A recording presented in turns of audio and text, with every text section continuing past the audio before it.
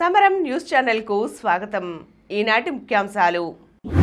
సమగ్ర కుటుంబ సర్వే ఆధారంగా బీసీ కోట, ఎట్టకేలకు చిక్కిన పెద్ద పులి, విశాఖ జూకు తరలింపు, మనదే యువ ప్రపంచం, సూర్యవంశీ విధ్వంసక శతకం, మెడికో సోషల్ వర్క్ కు డాక్టర్ మారు జీవితం అంకితం, అబూజ్మడ్ అడవుల్లో భారీ ఎన్కౌంటర్, తక్షణ శక్తిని అందించే ఆహారాలు.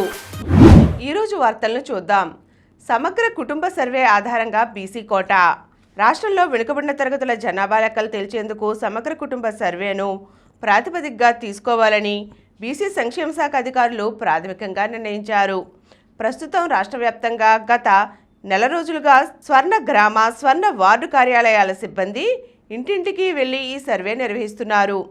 ఇందులో ప్రజల ఆధార్ నంబర్ మొదలు విద్య, ఉపాధి, వ్యవసాయం, ఆర్థిక వనరులు, ఇళ్లలోని సామాగ్రి, సామాజిక వర్గాల వివరాలు సహా మొత్తం 38 అంశాలు సేకరిస్తున్నారు. ఇది కలెక్టర్ల నేతృత్వంలో జరుగుతున్నందున బీసీ జనాభా ఖరారుకు అధికృతంగా ఉంటుందని భావిస్తున్నారు. దీంతో పాటు రెవెన్యూ శాఖ వద్ద ఉన్న కుల ధృవీకరణ పత్రాల ఆధారంగా బీసీల జనాభా ఎంత ఉందనే వివరాల్ని సేకరించారు. ఆర్టీజీఎస్ డేటాను అనుసంధానించి సమగ్ర కుటుంబ సర్వేలో వచ్చే వివరాల్ని సరిపోల్చనున్నారు.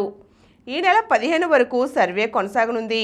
తదుపరి దీన్ని సీఎం చంద్రబాబుకు నివేదించి ఆయన ఆమోదం తర్వాత ముందుకు వెళ్లనున్నారు. క్వాంటమ్ వ్యాలీకి నేడు శంకుస్థాపన. దేశ భవిష్యత్ సాంకేతిక రంగాన్ని మలుపు తిప్పే చరిత్రాత్మక ఘట్టానికి అమరావతి వేదిక కానుంది. ప్రపంచ క్వాంటమ్ టెక్నాలజీ రంగంలో ఏపీని అగ్రగామిగా పోలుస్తూ అమరావతి క్వాంటమ్ వ్యాలీ భవన నిర్మాణానికి పునాదిరాయి పడుతోంది.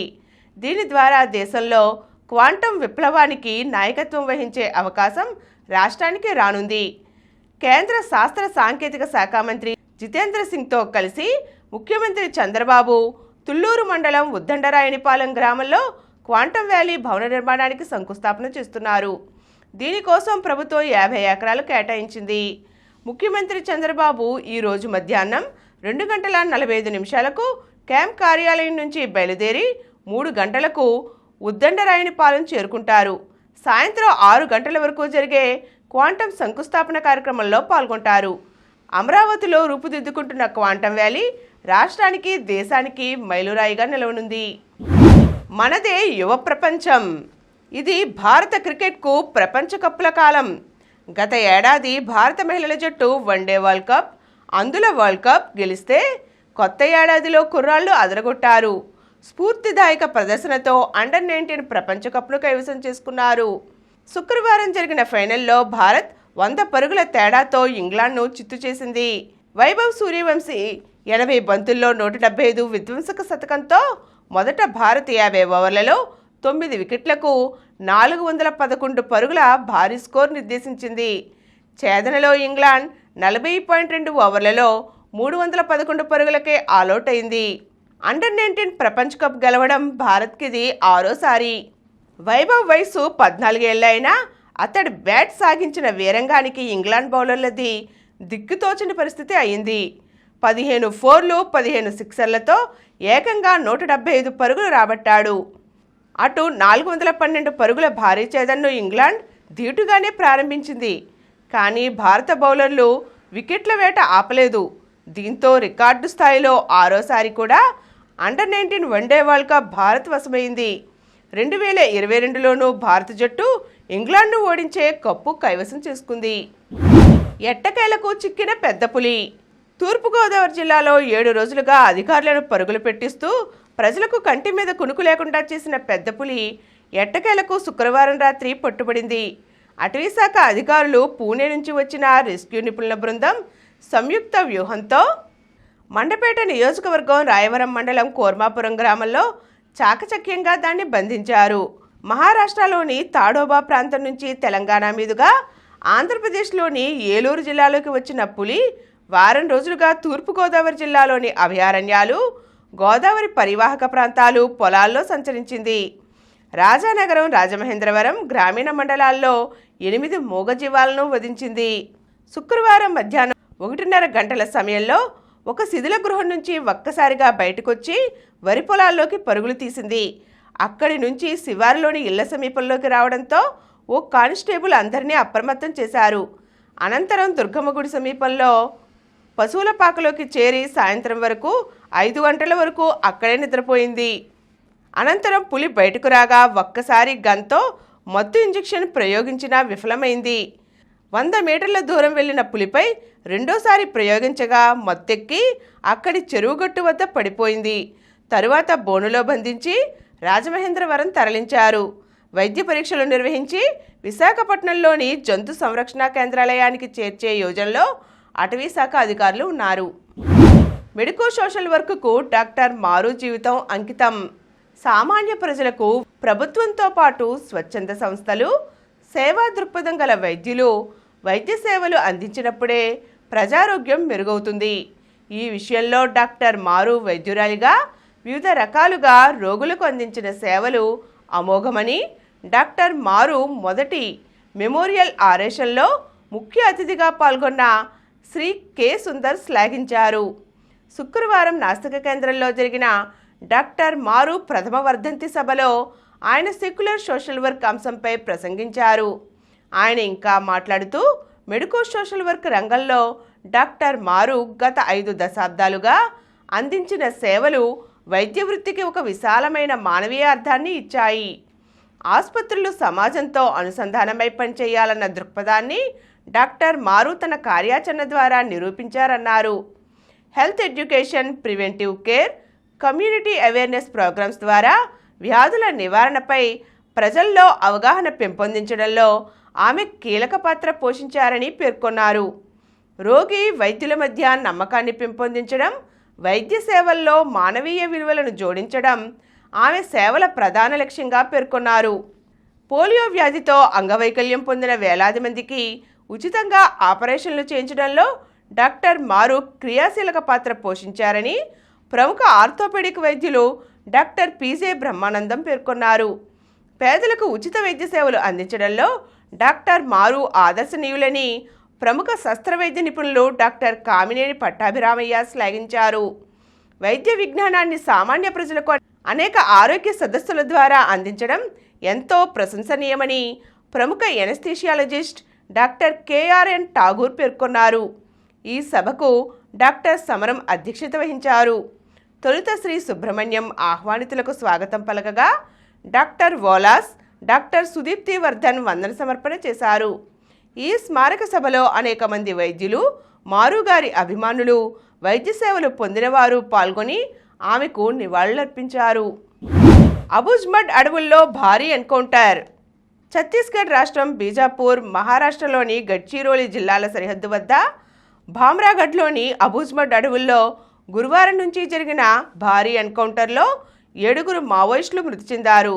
మృతుల్లో Maoist party west sub zonal bureau కార్యదర్శిగా ఉన్న లోకేటి చందర్రావు ఎలియాస్, ప్రభాకర్ ఎలియాస్, షట్కల్ స్వామి ఉన్నారు. ఈ ఘటనలో C60 కమాండో కానిస్టేబుల్ దీపక్ చిన్న మధవి మంద్రా ప్రాణాలు కోల్పోయారు. అబుజ్మడ్ అడవుల్లో భద్రతా బలగాలు, మావోయిస్టుల మధ్య భీకర ఎన్కౌంటర్ జరిగింది. ఘటనా స్థలంలో 4 పురుషులు, 3 మహిళా మావోయిస్టులు మృతదేహాలతో పాటు AK-47 రైఫిల్స్ 3, ఒక 303, ఒక SRRను బలగాలు స్వాధీనం చేసుకున్నాయి. సోషల్ మీడియాకు వయోపరిమితి. చిన్నపిల్లలను సోషల్ మీడియాకు దూరంగా ఉంచేందుకు వయోపరిమితులు విధించే విషయంలో ప్రభుత్వం కసరత్తు చేస్తోంది. వయసు ఆధారంగా ఆన్లైన్ ప్లాట్ఫామ్లు వినియోగానికి అనుమతి ఇచ్చే విషయంలో ఇటీవల ఆర్థిక సర్వే పలు సూచనలు చేసింది. ఆ సర్వే అభిప్రాయాల ప్రకారం వయసు పరిమితి విషయంలో ప్రభుత్వం నిర్ణయం తీసుకుంటుందని తెలిపారు. ఢిల్లీలో జరిగిన internet corporation for assigned names and numbers సదస్సులో పాల్గొన్న సందర్భంగా కేంద్ర ఐటీ కార్యదర్శి ఎస్ కృష్ణన్ పిల్లలు ఇంటర్నెట్ వినియోగించే విషయంలో ఆస్ట్రేలియా తరహా చర్యలు తీసుకుంటారా అన్న ప్రశ్నకు సమాధానం ఇచ్చారు. ఆన్లైన్ ప్లాట్ఫామ్లకు వయసు నిబంధనలతో పాటు డిజిటల్ వ్యసనాన్ని తగ్గించడానికి ఆన్లైన్ టీచింగ్ను కూడా తగ్గించాలని ఇటీవల పార్లమెంట్లో ప్రవేశపెట్టిన ఆర్థిక సర్వే సూచించింది. ఆన్లైన్ ప్లాట్ఫామ్లు తప్పనిసరిగా వయసు ధృవీకరణను చేయాలని, డిజిటల్ వ్యసనానికి దూరంగా ఉంచేందుకు వీలుగా పిల్లలకు విద్యా విషయాలను అందించే సులువైన పరికరాలను ప్రోత్సహించాలని ఆర్థిక సర్వే స్పష్టం చేసింది. తక్షణ శక్తి అందించే ఆహారాలు.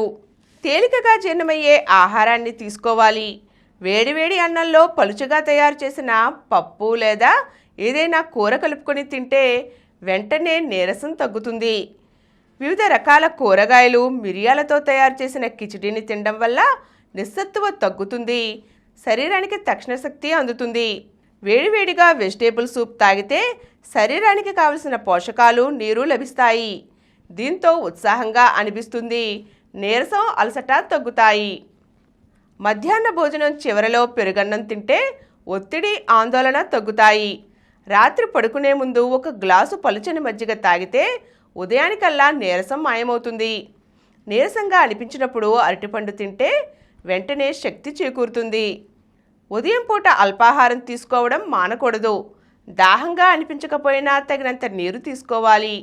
శరీరంలో డి విటమిన్ లోపించినా నీరసంగా అనిపిస్తుంది. కాబట్టి తృణధాన్యాలు, పాలు, గుడ్లు, చేపలను తప్పనిసరిగా ఆహారంలో చేర్చుకోవాలి. శరీరానికి సూర్యరశ్మి తగిలేలా చూసుకోవాలి. ఇప్పుడు కొన్ని సంక్షిప్త వార్తలు చూద్దాం. డిజిటల్ మోసానికి గురైతే 25,000 వరకు పరిహారం. బ్యాంకు ఖాతాదారులకు ఆర్బీఐ ఊరట. పాక్లో మారణ హోమం. ఇస్లామాబాద్లో మసీదు వద్ద ఆత్మాహుతి దాడి. 31 మంది మరణం. మనాలి టు లేహ్ 98 గంటల్లో పరుగు. రాజస్థాన్లోని అజ్మేర్కు చెందిన సూఫియా 40 ఏళ్ల వయసులో 5వ గిన్నీస్ రికార్డ్ సాధించారు. ఎత్తైన మంచు పర్వతాల మీదుగా ఆమె హిమాచల్ ప్రదేశ్లోని మనాలి నుంచి లద్దాఖ్లోని లేహ్ వరకు 430 కిలోమీటర్ల దూరాన్ని 98.27 గంటల నిరంతర పరుగుతో పూర్తి చేశారు. అణ్వస్త్ర సామర్థ్య అగ్ని-3 పరీక్ష విజయవంతం. అణ్వస్త్రాలను మోసుకెళ్లగల అగ్ని-3 బాలిస్టిక్ క్షిపణిని భారత్ శుక్రవారం విజయవంతంగా పరీక్షించింది. ఒడిశా తీరానికి చేరువలోని చాందీపూర్ నుంచి ఈ ప్రయోగం జరిగింది. నేటి నుంచి T20 world cup. Pakistan versus Netherlands ఉదయం 11 గంటలకు, వెస్టిండీస్ వర్సెస్ స్కాట్లాండ్ మధ్యాహ్నం 3 గంటలకు మ్యాచ్లు ప్రారంభం. భారత్ వర్సెస్ అమెరికా రాత్రి 7 గంటల నుంచి మ్యాచ్. మరిన్ని వార్తా విశేషాలతో రేపటి సమరం న్యూస్లో తిరిగి కలుద్దాం. Thank you.